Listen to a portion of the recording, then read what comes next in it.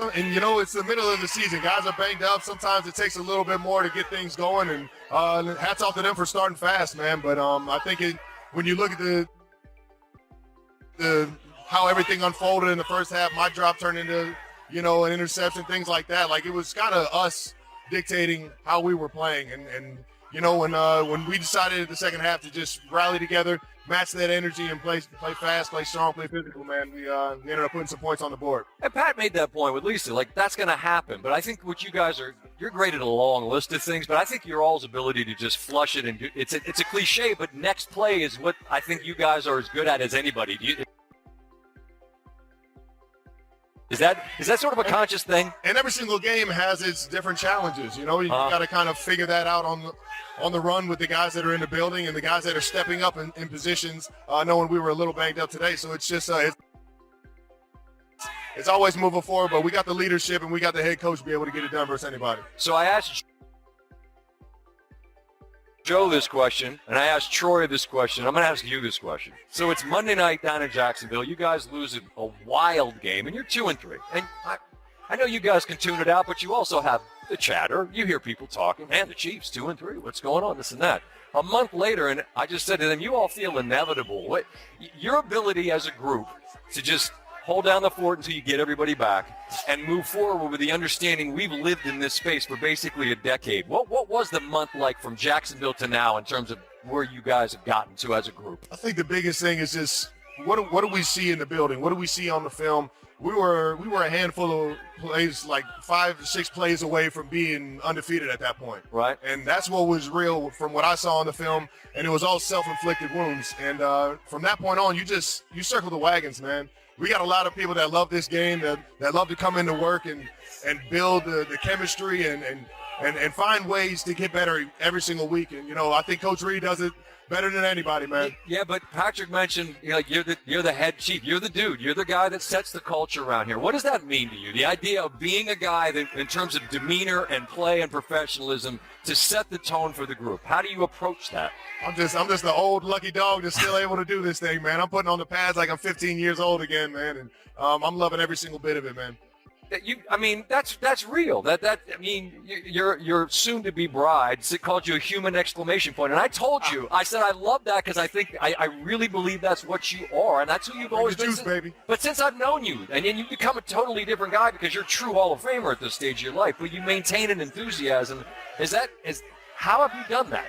Well, like one of my old coaches used to say, either you're a fountain or you're a drain, baby. Either you're giving me life or you're taking it out of me, man. And I like to fuel people with happiness and excitement and get the things fixed that need to get fixed, and at the same time bring some swagger, bring some excitement, and bring some fun to work. And that's still got some who juice. I am, baby. Still got some juice. Heck yeah, baby. I gotta find a way to get in the end zone a few more times, but other than that, rocking and rolling. Hey, one more time, and then it's you above Priest. I said this on the highlight. I hope the young folks know that Priest Holmes could go, man. You talk about the history of this franchise. I grew up watching that guy with Tony Gonzalez, and even when I came here to Kansas City, I wanted to watch some film on what these guys were all about. What's the kingdom really have in terms of the history? And I watched that guy go and go, and man, it was amazing to see just from like from the football views of how great that man was, and to be in his company, or even to be up here in Kansas City playing in the same jerseys he played in, man, it's an absolute honor. Well, and you're side by side, and the next one will put you above him for all time. I'm told that I can keep the monitor here. We got somebody. There you go. All right. Yeah. All right, there we go. Oh, let's go, baby. Yeah, that's actually what I look like too, man. No. Just as furry. There you well, maybe that, but you got things firmed up this year. You're in great shape. And by the way, you're always incredibly gracious with your time to join me. Always. But you could say no because we wear you out. They said, "Who do you want tonight?" I said, "We wear Kelce out." Listen, I only come up here if I feel like I played good enough to come up here, man. I told my brother, you never skip out on SVP, man. You get the opportunity. He did that when he was still playing, but that's another topic for another day. Meanwhile, this man set some history, kind enough to join us. Stay healthy. I know the bye's coming soon, and you guys could use it to get well. But your guys are rolling, and feels like we'll see you down the road somewhere important when it gets. Keep my fingers crossed and keep grinding, baby. Appreciate you always. Stay healthy, ladies and gentlemen. The great history-making tight end. Kingdom, baby. Let's roll. Appreciate you, brother. Be well. Travis Kelce and the Chiefs, a big second half, and they win 28-7. He and Bruce Holmes tied atop the touchdown list all time in the history of this proud Kansas City Chiefs franchise as they roll in the second half. And he's going to go say hi to some folks.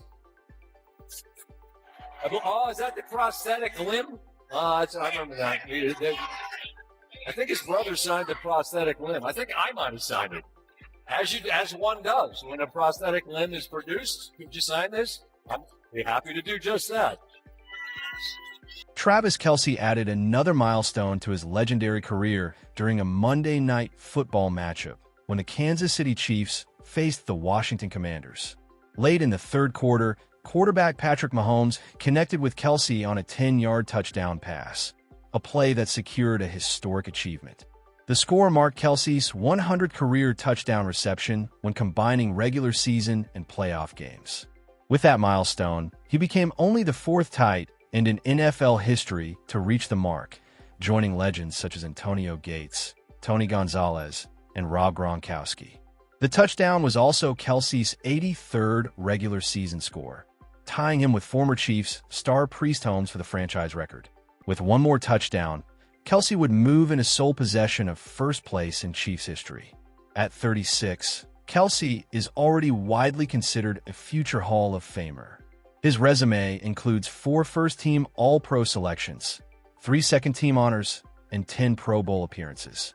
He also holds several postseason records, including the most playoff receptions in NFL history with 172, along with 9 100-yard playoff games and 35 receptions in the Super Bowl.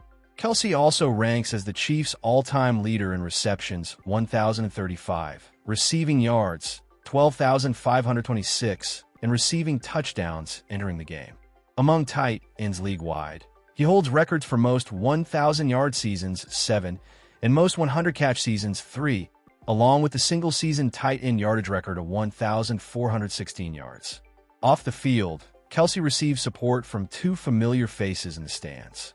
Taylor Swift and Brittany Mahomes were spotted cheering in a private suite at Arrowhead Stadium. Swift wore a red turtleneck with her engagement ring visible, while Brittany, wife of Patrick Mahomes, also sported Chiefs colors. The moment highlighted not only Kelce's historic career, but also the strong support system surrounding him both on and off the field.